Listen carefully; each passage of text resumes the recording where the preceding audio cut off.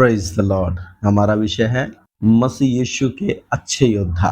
दूसरा तिमोथियस उसका 2 अध्याय उसका 3 और 4। मसीह यीशु के अच्छे योद्धा के समान मेरे साथ दुख उठा। मसीह यीशु के योद्धा मसीह जीवन में लड़ाई लड़ने का काम करते हैं, परंतु हमारी लड़ाई शारीरिक नहीं है। दूसरा कुरिन्थियों 10 अध्याय उसका 3 और 4। यद्यपि हम शरीर में चलते फिरते हैं तो भी शरीर के अनुसार नहीं लड़ते, क्योंकि हमारी लड़ाई के हथियार शारीरिक नहीं परंतु गढ़ों को ढा देने के लिए परमेश्वर के द्वारा सामर्थी हैं। हमारी लड़ाई के हथियार शारीरिक नहीं है, तीर तलवार भाले नहीं है। शरीर में हमें किसी से, परमेश्वर का वचन कहता है, अगर तेरा बैरी भूखा हो तो उसे खाना खिला, प्यासा हो तो उसे पानी पिला। अगर तेरे एक गाल पर कोई थप्पड़ मारे तो दूसरा भी फेर दे। अगर तेरा कोई कुर्ता मांग ले तो उसे दोहर भी दे दे। तो मनुष्यों से लड़ाई करने का तो कोई सवाल ही नहीं है। शारीरिक लड़ाई लड़ने का कोई मतलब ही नहीं है। लेकिन हमें शारीरिक नहीं परंतु आत्मिक लड़ाई लड़ने के लिए प्रभु ने रखा है। हमारी लड़ाई किससे है? इफिसियों उसका 6 अध्याय उसका 10 से पढ़े। वहां लिखा है, हमारा मल्ल युद्ध प्रधानों, अधिकारियों, अंधकार के हाकिम और दुष्टता की आत्मिक सेनाओं से है। जब सेना से लड़ाई है तो निश्चय है कि लड़ाई हमेशा हथियारों से होती है। तो एक मसीह योद्धा के हथियार क्या हैं? धार्मिकता की झिलम, सत्य का कमरबंद, पांव में मेल की तैयारी के सुसमाचार के जूते, उद्धार का टोप, विश्वास की ढाल और हाथ में वचन की तलवार। आत्मिक लड़ाई है, आत्मिक ही अस्त्र और शस्त्र है। लेकिन जब हम मसीह के पीछे आते हैं, मसीह को अपने जीवन में अंगीकार करते हैं, खास तौर से सेवक, विश्वासी भी सब, लेकिन खास तौर से सेवक, तो हम एक आत्मिक युद्ध में प्रवेश कर जाते हैं। कलीसिया भी पताका फहराती हुई भयंकर सेना है, क्योंकि सेवक भी याजक है, विश्वासी भी याजक है। सेवक भी राजा है आत्मिक रूप से, विश्वासी भी राजा है। प्रकाशित वाक्य है उसका 1 अध्याय उसका 5 और 6 में लिखा है, उसने हमें याजक और क्या बनाया है? राजा बनाया है। लेकिन मसीह जीवन में सफल मसीह जीवन जीने वाले और असफल मसीह जीवन जीने वाले, सफल योद्धा, असफल योद्धा, सब तरह के लोग होते हैं। परमेश्वर कैसे योद्धा को चाहता है? लिखा है मसीह यीशु के अच्छे योद्धा की नाई। तो एक अच्छा योद्धा कौन होता है? किसको कह सकते हैं कि ये व्यक्ति, सेवक या विश्वासी, एक अच्छा योद्धा है? क्योंकि जैसे हम विश्वास करते हैं हम एक आत्मिक जगत में प्रवेश कर जाते हैं। एक स्पिरिट वर्ल्ड होता है, उसमें हम प्रवेश कर गए हैं। अब हम शारीरिक नहीं है, आत्मिक है, क्योंकि जिसने मसीह का आत्मा पाया वो शारीरिक दशा में नहीं है वरन आत्मिक दशा में है। तो इसलिए हमारा दृष्टिकोण, हमारी सोच और समझ, हमारे व्यवहार शारीरिक नहीं है, आत्मिक है। हमारा प्रभु भी आत्मा है, हमारी आराधना भी आत्मा सच्चाई से है। हम आत्मिक प्राणी हैं, क्योंकि शरीर के अनुसार चलोगे तो मरोगे, परंतु आत्मा से देह की क्रियाओं को क्या करना है? मारना। तो हमें एक आत्मिक व्यक्तित्व के तौर पर जीना है। आत्मिक लड़ाई में हम भागे हुए हैं, आत्मिक हमारे अस्त्र शस्त्र हैं, हम आत्मिक ही सोच रखते हैं। हम शारीरिक नहीं है, संसारिक नहीं है, क्योंकि संसार से हमें चुनकर अलग किया गया है। शरीर के तमाम बंधनों से हमें आजाद किया। पौलुस कहता है अब हम शरीर के कर्जदार नहीं हैं, क्योंकि दाम देकर प्रभु ने हमें क्या कर लिया है? मोल लिया है। शरीर से, संसार से, शैतान से छुड़ाया है और अपने उस आत्मिक सेना में भर्ती किया है। तो कैसा योद्धा परमेश्वर को चाहिए? व्यवस्था विवरण उसका 20 अध्याय उसका 1 से मैं पढ़ता हूं। जब तू अपने शत्रुओं से युद्ध करने को जाए और घोड़े, रथ और अपने से अधिक सेना को देखे, तब उनसे न डरना। तेरा परमेश्वर यहोवा जो तुझको मिस्र देश से निकाल ले आया है वह तेरे संग है। तो प्रभु का वचन क्या कहता है? हम पुराना नियम जो नए नियम की छाया है, युद्ध पर जाने के नियम, एक योद्धा के लिए जो नियम परमेश्वर ने ठहराए, उसका आचरण युद्ध से पहले और युद्ध के दौरान कैसा होना चाहिए। वचन कहता है जब तू युद्ध को जाए, युद्ध करने को जाए, और घोड़े और अपने से अधिक सेना को देखे। घोड़े शक्ति को दिखाते हैं। मतलब जब तू युद्ध करने के लिए गया और तूने देखा कि सामने वाले के पास तो घोड़े हैं, मतलब मुझसे ज्यादा ताकत है, मुझसे ज्यादा सेना है, मुझसे ज्यादा वो सामर्थ्य है, तो हम 10,000 को लेकर गए, अगला 1,00,000 को लेके खड़ा है, तो हमारे तो जी में क्या ना रहे। प्रभु का वचन कहता है ना, मत घबराना, तू डरना नहीं, तब उनसे न डरना, तेरा परमेश्वर यहोवा जो तुझको मिस्र देश से निकाल ले आया है वह तेरे संग है। क्यों ये हवाला दिया मिस्र देश से निकाल ले आया है? क्योंकि मिस्र देश से तुम निकल नहीं सकते थे। मजदूर और एक कमजोर कौम थी और सुपर पावर से निकाल कर लाया। प्रभु तुझे इन पर भी क्या करेगा? जयवंत करेगा। तो प्रभु सबसे पहले क्या डिमांड करता है? कि उसका योद्धा निडर हो। दूसरा क्या डिमांड करता है? परमेश्वर पर भरोसा रख। जो तुझे मिस्र से निकाल लाया वो तेरे संग है। जो तेरे संग है ना, उस पर भरोसा रख, सामने वाले को मत दे। यूहन्ना में लिखा है, पहला यूहन्ना में, जो तुम में है वो उससे बड़ा है जो तुम्हारे विरोध में है।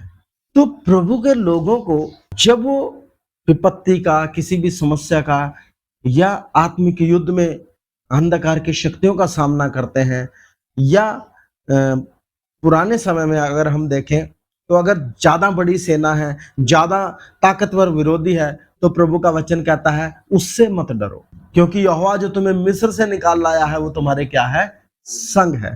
तो प्रभु क्या डिमांड करते हैं? सबसे पहली बात कि हम में डर नहीं होना चाहिए, बल्कि परमेश्वर पर भरोसा होना चाहिए। नंबर 1। नंबर 2, 5 से 20 का 5 से, फिर सरदार सिपाहियों से यह कहे कि तुम में से कौन है जिसने नया घर बनाया हो उसका समर्पण ना किया हो, तो वह अपने घर को लौट जाए। कहीं ऐसा ना हो कि वह युद्ध में मर जाए और दूसरा मनुष्य उसका समर्पण करे। और कौन है जिसने दाख की बारी लगाई हो परंतु उसके फल न खाए हो, वह भी अपने घर को लौट जाए।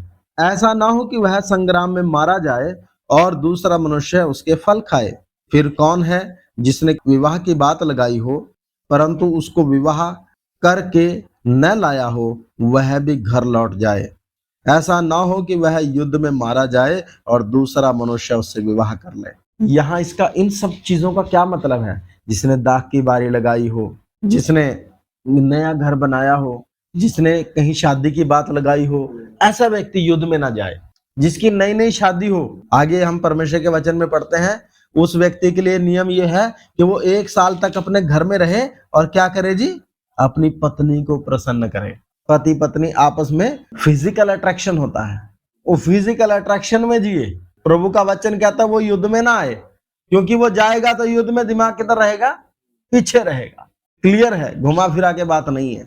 तो इसका क्या मतलब है? कि 2 चित्ता व्यक्ति युद्ध में ना जाए। परमेश्वर का वचन भी भजन संहिता में लिखा है कि 2 चित्तों से यहोवा क्या करता है? घृणा करता है। यहाँ घृणा की बात नहीं है, लेकिन अगर आत्मिक लड़ाई को लड़ना है तो कंसंट्रेशन बिल्कुल क्लियर होना चाहिए। एक व्यक्ति का अधूरा मन ना हो, पूरे मन से करे, जो भी करे निडरता से करे, विश्वास या भरोसा करे परमेश्वर पर, और 2 चित्ता ना हो, बल्कि पूरी रीति से अपने काम के लिए फोकस हो। आगे 8 में लिखा है, इसके अलावा सरदार सिपाहियों से यह भी कहे, कौन कौन मनुष्य है जो डरपोक और कच्चे मन का है, वह भी अपने घर को क्या करे जी? लौट जाए। और ऐसा ना हो कि उसकी देखा देखी उसके भाइयों का भी हियाव टूट जाए। और जब प्रधान सिपाहियों से यह कह चुके, तब उन पर प्रधानता करने के लिए सेनापतियों को नियुक्त करे। तो कहने का मेरा मतलब क्या है? कि डरपोकों के लिए कोई जगह नहीं भाई। डरपोकों के लिए तो स्वर्ग में भी कोई जगह नहीं है। बहुत लोग क्या कर लेते हैं, कोई समस्या होगी, परिवार में होगी, इधर होगी, कोई दिक्कत कोई हो गई, तो क्या करेंगे? जहर खाना उनको क्या लगता है? आसान लगता है कि यहाँ से गुस्से में, वो अपने घमंड में, अपनी मूर्खता में जहर तो खा लेते हैं, लेकिन वो परमेश्वर के सामने कायर है, क्योंकि उन्होंने विपरीत परिस्थितियों का क्या नहीं करा? सामना नहीं करा। निश्चय शैतान युक्तियां लेकर आएगा, परिस्थितियों को विपरीत भी करेगा, तो उनका सामना नहीं किया तो वो तो हारा हुआ व्यक्ति है। अब यही नियम सेम दाऊद के पास हम चलें, 1 शमूएल 17 अध्याय में एक गोलियत है जो 40 दिन से लगातार इजरायलियों को ललकार रहा है। शाऊल आप भी इजराइल में सबसे ऊंचा एक पुरुष था जब उसका राज्याभिषेक हुआ है। वो कमजोर नहीं था। इजराइल में दाऊद के भाई जिनके विषय में शमूएल जब अभिषेक करने गया तो लिखा है कि वो अच्छे कद के और अच्छे डील डाल के थे, और दाऊद लहुरा था, लड़का ही था। कोई नहीं आया आगे, सब डर गए। लेकिन एक लड़का जिसको युद्ध का क्या आभास है, कहीं उसने ट्रेनिंग करी है, कुछ नहीं है, युद्धाभ्यास उसने किया है, कोई उसका हमारे सामने नहीं है, क्योंकि तो भेड़ बकरियां चराने वाला लड़का है। लेकिन उसने यहोवा के लिए अपने मन में जलन रखी। उसने सामने वाले के बल और कद काठ को देखकर डरा नहीं, बल्कि जब उसने इजराइल को ललकारा तो वो बोलता है, ये खतना रहित फलिश्ती कौन है जो जीवित परमेश्वर की सेना को क्या करता है, ललकारता। तो उसने वो भरोसा भी किया, निडरता भी दिखाई, सामने वाले का बल नहीं देखा, और उसने क्या किया जी, उसका मन भी कच्चा नहीं हुआ, उसने उसको घात भी कर दिया। अद्भुत बात थी। दाऊद अपने जीवन में कभी नहीं हारा, अपने जीवन में कभी उसने हार का मुंह नहीं देखा। क्यों? उसका भरोसा, उसकी निर्भरता परमेश्वर पर थी। दाऊद के भजनों में हम देखते हैं, यहोवा मेरा बलमूल है, यहोवा मेरा छिपने का स्थान है, यहोवा मेरा दृढ़गढ़ है, यहोवा मेरी चट्टान है। वो अपने आप को हमेशा दीन करके परमेश्वर के सन्मुख रखता था। एक अच्छा योद्धा था जो कभी नहीं हारा।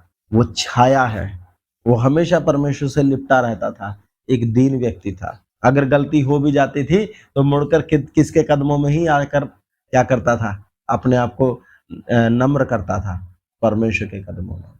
उसने कभी अपने जीवन में परमेश्वर के नबियों के सामने क्या नहीं किया, घमंड नहीं दिखाया। जब भी नबियों ने उसको उसकी गलती पर डांटा, एकदम वो नम्र हो जाता था। तो दाऊद एक अच्छा योद्धा जो अपने जीवन में कभी नहीं हारा, क्योंकि उसका भरोसा परमेश्वर पर था। उसने अपने जीवन को सौंपा था, इसलिए वो एक अच्छा योद्धा था। आज हम भी एक घटना को मैं आपके सामने रखूंगा। गिदोन, उसका 7 अध्याय है, न्यायियों की पुस्तक उसका 7 अध्याय में। इजराइल मिद्यानियों की गुलामी में है, 40 वर्ष हो गए हैं। उस समय में इजरायली गुलामी के कारण जो पीड़ा होती है, चिल्लाने लगे हैं, परमेश्वर को पुकारने लगे हैं। परमेश्वर का दूत आया गिदोन के पास, जो गेहूं को दाख कुंड में झाड़ रहा है। उसको परमेश्वर ने बुलाहट दी। सारी बातें बताने का समय नहीं, लेकिन उसके आह्वान पर मिद्यानियों से लड़ने के लिए, क्योंकि परेशान हो गए, 32,000 लोग आ गए। लेकिन परमेश्वर ने क्या कहा कि जो डरता है, जिसका मन कच्चा है, वो क्या करे, वापिस चला जाए। तो कितने चले गए? 22,000। गिदोन तो बहुत खुश हुआ कि बहुत आ गए, अब तो हम जीत ही जाएंगे। लेकिन परमेश्वर बोला, नहीं, इतने लोगों के द्वारा मैं इजराइल को जिताऊंगा नहीं, क्योंकि कल को ये बोलेंगे हम तो अपने ही भुजबल से जीत गए। अगर हम पहले इकट्ठे हो जाते तो पहले जीत जाते। अक्सर इंसान, परमेश्वर जब हमारे जीवन में आश्चर्य कर्म करता है, परमेश्वर जब हमारे जीवन में अपने अनुग्रह को उंडेलता है, हमारे जीवन में चंगाई को लेकर आता है, तो हम महिमा पता नहीं किस किस को देते हैं। जब हम फंस जाते हैं तो अब प्रभु को पुकारते हैं, और जब प्रभु हमें चंगा कर देता है तो हम डॉक्टर का धन्यवाद करते हैं। तब हम किसी व्यक्ति की सलाह का धन्यवाद करते हैं, किसी पास्टर की प्रार्थना का धन्यवाद करते हैं। हम परमेश्वर का धन्यवाद नहीं करते हैं। तो परमेश्वर किसी को माध्यम बनाकर काम करता है, तो भी महिमा सारी किसको मिलनी चाहिए? परमेश्वर। तो 10,000 रह गए।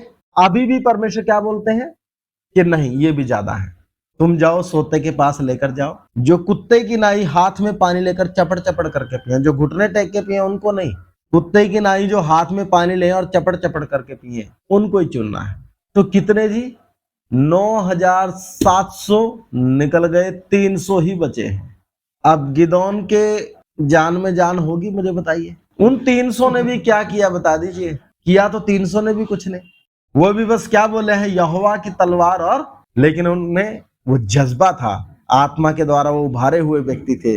वो टिड्डियों की तरह जो मैदानी पड़े हैं मैदान में, उनको देखकर नहीं डर रहे हैं। ये उनका 300 लोगों को हियाब कहां से आ गया? परमेश्वर की ओर से। ये क्या पाए हैं? हियाब पाए हैं। क्यों? ना तो इनका मन कच्चा है, ना ये डरते हैं, इनका पूरा भरोसा परमेश्वर पर है, ये निर्भर है परमेश्वर पर।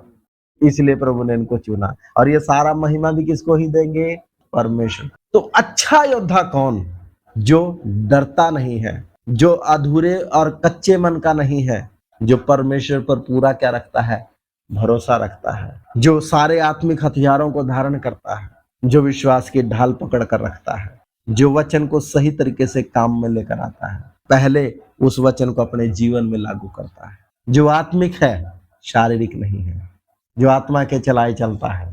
तो अच्छा योद्धा वही है। तो वो क्या करेगा फिर?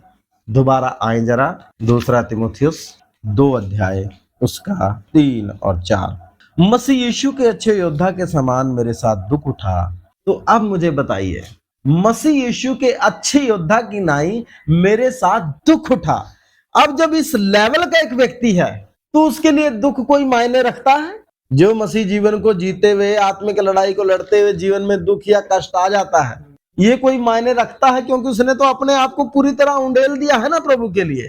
वो बिल्कुल प्रभु में क्या है?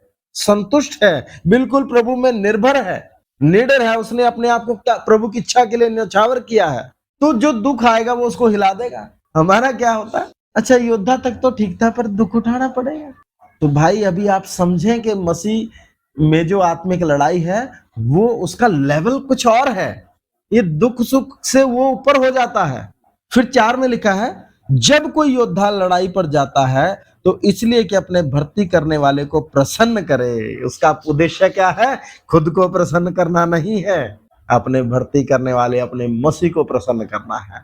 अपेक्षाएं, इच्छाएं तो सबके अंदर होती हैं, लेकिन वो अब अपने को नहीं देख रहा है। अब वो किसको देख रहा है?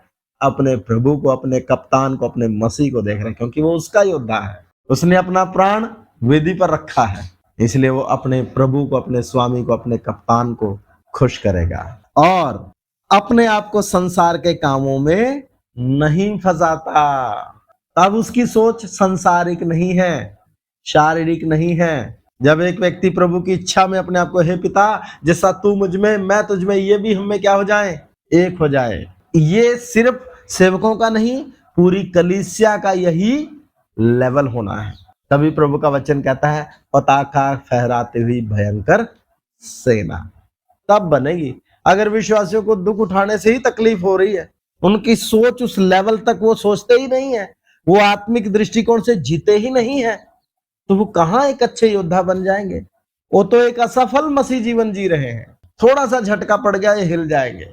इसलिए अपने आप को पूरी रीति से प्रभु में समर्पित करके एक मसीह जीवन को, प्रभु पर भरोसा, निडरता और संपूर्ण मन के साथ जब हम चलते हैं, जब आत्मा के चला चलते हैं, तो आत्मिक आंखें भी खुलती है, आत्मिक समझ भी खुलती है, आत्मिक रूप से एक व्यक्ति अधिकार को भी पाता है। वचन तो बहुत लिखे हैं बाइबल में, मैंने तुम्हें सांप और बिच्छों को रोंदने का शत्रु की सारी सामर्थ पर क्या दिया है? अधिकार दिया है। लेकिन सबके जीवन में पूरा नहीं होता है। जो अपने आप को सौंपेगा वो इन्हें अधिकारों का क्या करेगा? कीमत देनी पड़ेगी। बिना कीमत दिए अधिकार मिलते नहीं है, सबके लिए उपलब्ध हैं, लेकिन क्या देनी पड़ेगी? कीमत देनी पड़ेगी, अपने आप को सौंपना पड़ेगा, चाहे दुख आए चाहे सुख आए। हम यीशु को प्रभु बोलते हैं। प्रभु का मतलब क्या है? तू मेरे जीवन में प्रभुता कर प्रभु, तू मेरे लिए सर्वोच्च है। प्रभु का मतलब क्या है? तू मुझ पर प्रभुता करने वाला है, मुझे अच्छा लगे ना लगे, मेरे जीवन में तेरी ही मर्जी क्या होगी? पूरी होगी। और जब हम अपने आप को सौंप देते हैं, प्रभु की मर्जी में भी हम आनंदित होते हैं। इंसान को हमेशा अपनी मर्जी पूरा करके खुशी मिलती, लेकिन जब हम अपने आप को सच्चे मन से सौंप देते हैं, तब हमें परमेश्वर की इच्छा को पूरा करने में वो आनंद मिलता है। तो हमें मसीह यीशु के अच्छे योद्धा बनना है और उसका तरीका यही। आइए प्रार्थना करें।